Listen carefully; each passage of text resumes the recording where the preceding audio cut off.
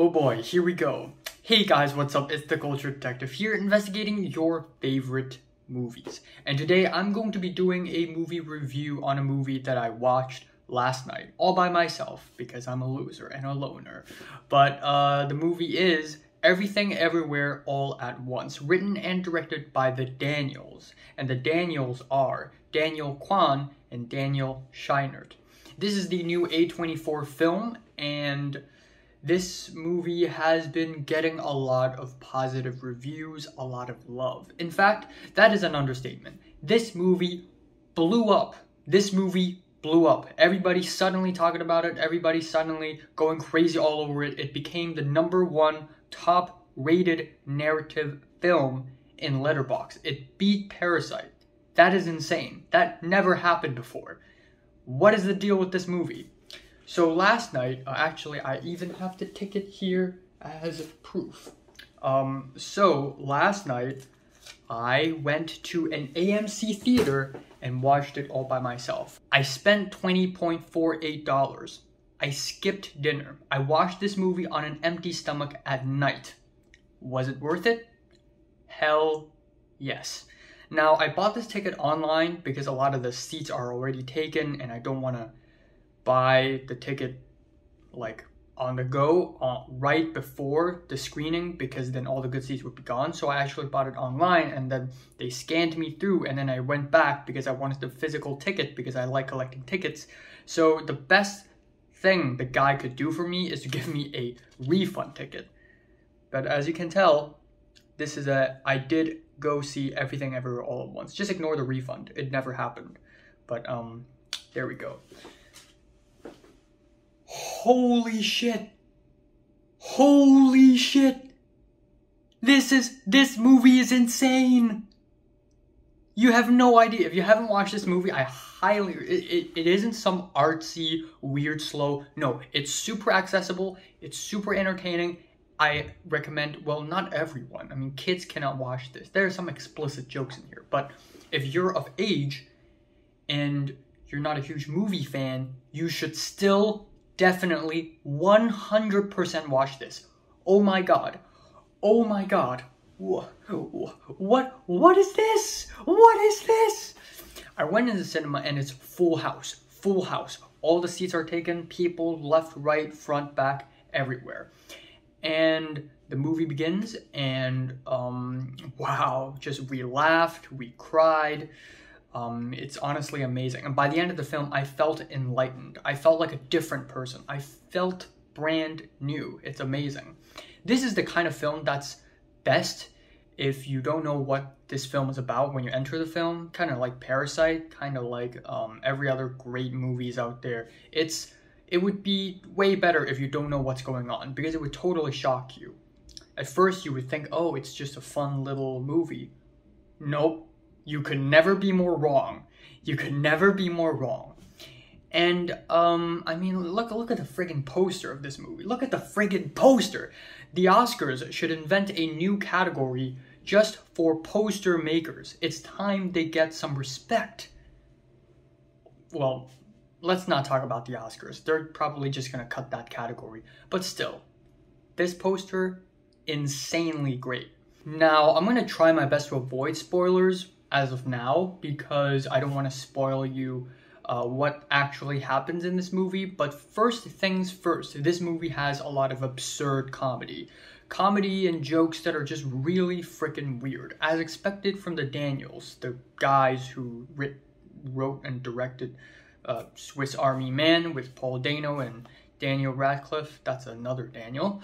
But it is very absurd and very weird. And usually I'm not a huge fan of super absurd and weird comedy just for the ha-has. But in this movie, it worked really, really well because it truly shows the randomness of life.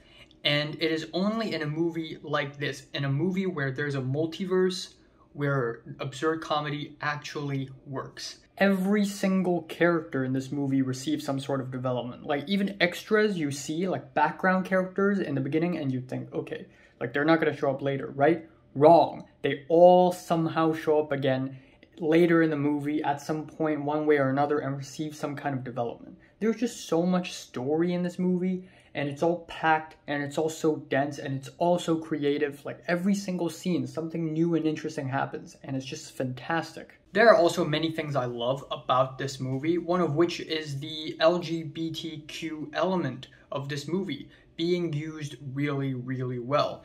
In a lot of movies nowadays, whenever there is an LGBTQ character, it's only there to virtue signaling, unless the entire movie is about being a part of this LGBTQ plus community.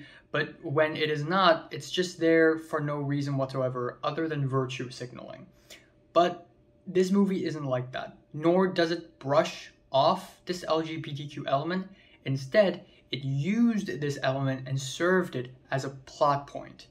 And that is clever as hell. And I also really like the end credits. I mean, it's not much. It's just black screen, white text. But what I really love is that whenever we have Daniel Kwan's name or a Chinese or pan-Chinese actor or actress, their name being shown, we actually have their Chinese name beside their English name, which is really cool. I've always been wanting to do this in my short films and in my movies in the future if I do make feature films, where even though this film is shown to Americans, even if this film is made in America and is made by an American production company, I will always need the Chinese name beside my English name. I will always need. Why? Because it's cool. But I thought I would be the first one. Turns out I would not be the first one. Daniel Kwan did it, and it's friggin' awesome. I think the performances are great. I think the action are all really great. I mean, there's a lot of CGI going on, obviously. It's multiverse, it's crazy. Everything happens here. Everywhere happens all at once. But none of the CGI feel bad. There's a lot of action. There's a lot of martial arts moment. And they're all really fun and creative. Definitely as well choreographed as Marvel films, if not better, actually, because it's even more creative and fun. And this has got to be one of the most original films I've ever seen. This movie is a trailblazer. This movie can only be made once. Everyone else who tries to make a movie like this are only copying this film. This film is a one-of-a-kind film where in a decade or every 5 or 6 or even 7 years, there's only one movie that can do something this original, and I'm afraid this is the movie. Now, of course, this movie isn't without its influences. Clearly, it pulls some influences from The Matrix. Clearly, there's this one shot where Michelle Yeoh and Kwan K. Hai. It's actually a Vietnamese name. I'm sorry if I mispronounce it. They're standing in an alleyway and it's raining and people are passing by and it's like, low shutter speed. That's kind of a reference to Chungking Express and In the Mood for Love. That's kind of very Wong Kar-wai moment. But it doesn't matter because overall, this movie is still super duper original. Okay, now I'm going to get into some spoilers territory, so if you haven't watched the movie, please skip. Or if you have, well, let's continue the review. This is honestly the kind of movie where you cannot predict what happens next. There is no predicting. Every single scene provides a new information and they're all very compelling. But more importantly, it's so goddamn creative. There's a fake end credits halfway through the film. There's a scene where Michelle Yeoh and her daughter in the movie become rocks. And man, like, that scene is brilliant because when they turn into rocks, the whole audience laughed. And I doubt if I watch it alone, I would laugh because I'm the kind of guy who doesn't laugh at everything, I know. But in a full house of audience, like, the audience did laugh together. And I also laughed. And it was really fun. And at first it's like, haha, they're rocks now, they're rocks. But then their conversation starts to get a little bit more existential and the laughs kind of disappear. And it's just a very powerful moment. There's even a scene where they just turn into animation. It is just bursting and exploding with so much creativity. It's amazing.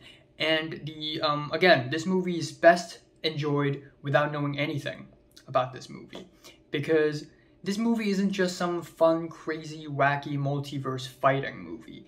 This movie is a life movie. That is the biggest, most powerful, most enlightening genre of films ever. Life movie. It's a life movie. Oh my god. So, you know, Ikiru, Yi, I haven't seen it, but Koreeda Hirokazu's Afterlife. This is a life film. Yes. Because this movie isn't just some wacky fight movie. It's a movie about the meaning of life. Where after knowing everything and seeing everything in this world, you realize that there is no meaning in anything. And you just become, not corrupt, but you just become a void. You just become empty. Thus the everything bagel and how it's sucking everything in because there's no meaning in life.